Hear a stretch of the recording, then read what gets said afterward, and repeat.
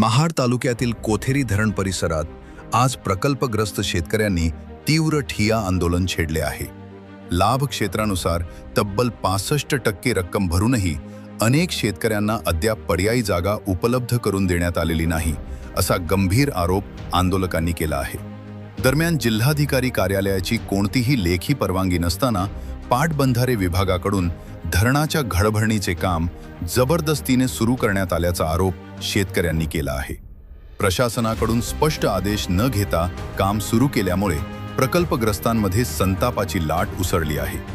या कथित अन्यायकारक कारवाईच्या निषेधार्थ संतप्त शेतकऱ्यांनी धरणावरील घडभरणीचे काम बंद पाडत ठिय्या आंदोलन सुरू केले आहे। जोपर्यंत पर्यायी जागेचा निर्णय होत नाही आणि आमच्या मागण्या मान्य होत नाहीत, तोपर्यंत आंदोलन मागे घेतले जाणार नाही, असा इशारा ग्रामस्थांनी दिला आहे।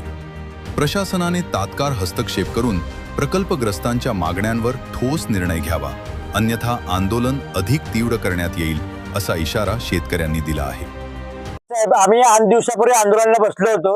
आंदोलनाला बसल्या होती तातडीची कलेक्टर साहेबांकडे अप्पर जिल्हाधिकाऱ्यांच्या मार्गदर्शनाखाली बैठक लागली। त्या बैठकीत सगळे वेगळे पॉझिटिव्ह झाले होते मुद्दे, परंतु जलसंपदा विभागाच्या अधिकाऱ्यांनी पुन्हा हाताताईपणा करून आम्हाला अंधारात ठेवून पुन्हा घडीचं काम चालू केलं होतं। ऍक्च्युअली अप्पर जिल्हाधिकाऱ्यांनी सांगितलं होतं की जोपर्यंत त्यांचा 65% निर्णय लागत नाही तोपर्यंत काम घडीचं करू नका, पण जलसंपदाचे अधिकारी तातडीपणा करून ज्या राजभोग मॅडम आहेत त्यांनी जबरदस्ती गळीचं काम चालू केलंय। त्याला आमचा विरोध म्हणून आमचे राष्ट्रीय नेते डॉक्टर भारत पाटणकर, श्रमिक मुक्तीदलाचे, त्यांच्या मार्गदर्शनाखाली आम्ही ठिय्या आंदोलन केलंय।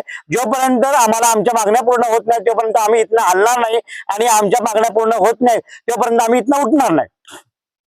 कोथेरी धरण हा सिंचन प्रकल्प आहे, नियमानुसार त्याला लाभ क्षेत्र उपलब्ध आहे। आम्ही त्यानुसार 65% रक्कम जमा केलेली आहे। तर आमचा हक्क आहे की 65% रक्कम जमा केल्यानंतर ते पर्यायी जमीन देणं, ती पर्यायी जमीन आजपर्यंत दिलेली नाही। आणि 2006चा GR आहे, 2000च्या GR मध्ये स्पष्ट उल्लेख आहे की आधी शेतकऱ्यांना पर्यायी जमीन देणं, पुनर्वसनाची कामं 100% झाल्याच्या नंतर पुनर्वसन प्राधिकरणाने तुम्हाला घडभरणीचं पत्र देतो। ते पत्र घेतलेलं नसताना सुद्धा जलसंपदाचे विभागाचे अधिकारी जबरदस्तीने घराण्याची घर भरायला आले, त्याला आमचा प्रचंड विरोध आहे।